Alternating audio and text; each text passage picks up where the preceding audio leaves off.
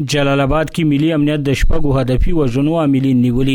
چارواکو په یو رسنیز کانفرنس کې رسنیو ته د ملي امنیت له لوري نیول شوي شپږ تنه وښودل چې وایي د جلال آباد ښار اړوند په ګنده چشمو کې د مصروفیت او ملي امنیت د یو کارمند د وژنې ترڅنګ 2 تنه په عربانو ګولایي او د چپریار هډې په سیمه کې د استیناف محکمې یو تن قاضي وژلی.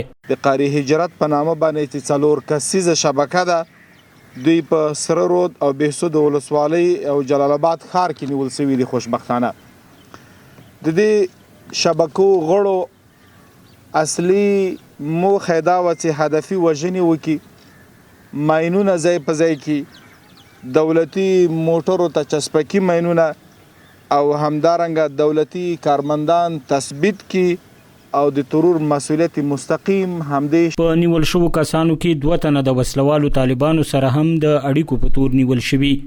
والی وایي دا کسان په تیرو 3 ورځو کې په جلال آباد ښار او سره رود ولسوالۍ کې نیول شوي چې د هدفي وژنو ترڅنګ د دولتي مامورینو او نورو کسانو په موټرو پورې چسپکي ماینونه هم ځای پر ځای کول. ملي امنیت زړورو د لیرو ځواکونو 2 نفره نور هم نیولي دي چې وسلوال طالبانو سره یې تماس او همدارنګه مستقیما رابطه مسؤلیت د دوی غړیتوب درلودل.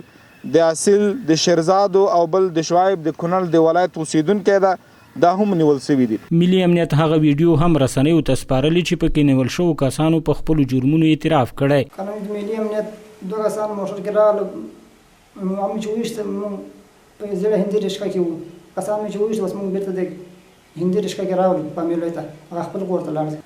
2 کسان په نارنج باغ کې ما په هغه وویشته، دا عسکرو دا مسلمان چې تنه وخت به مصر راغلل باندې ګودی سره د پیلټر کې کورو او کې راول پیل هغه کې هندي رشقه کې ټول پیلټر کې وو د امنیتي ملي مشر او مش نو تقریبا غالبا 2 میاشتې مې کم وزیت دي طالبانو سمرګرتیا کې تیرې کړې. ولایتي چارواکي خپلې دا لاسته راوړنې په داسې مهال رسنیو سره شریکوي چې تېره ورځ د کورنیو چارو وزارت امنیتي معین هم ننګرهار کې د امنیتي وضعیت د ښه والي لپاره د خپلو هڅو د چټکېدو وویل. سباون ساحل، روحي نیوز، جلال آباد.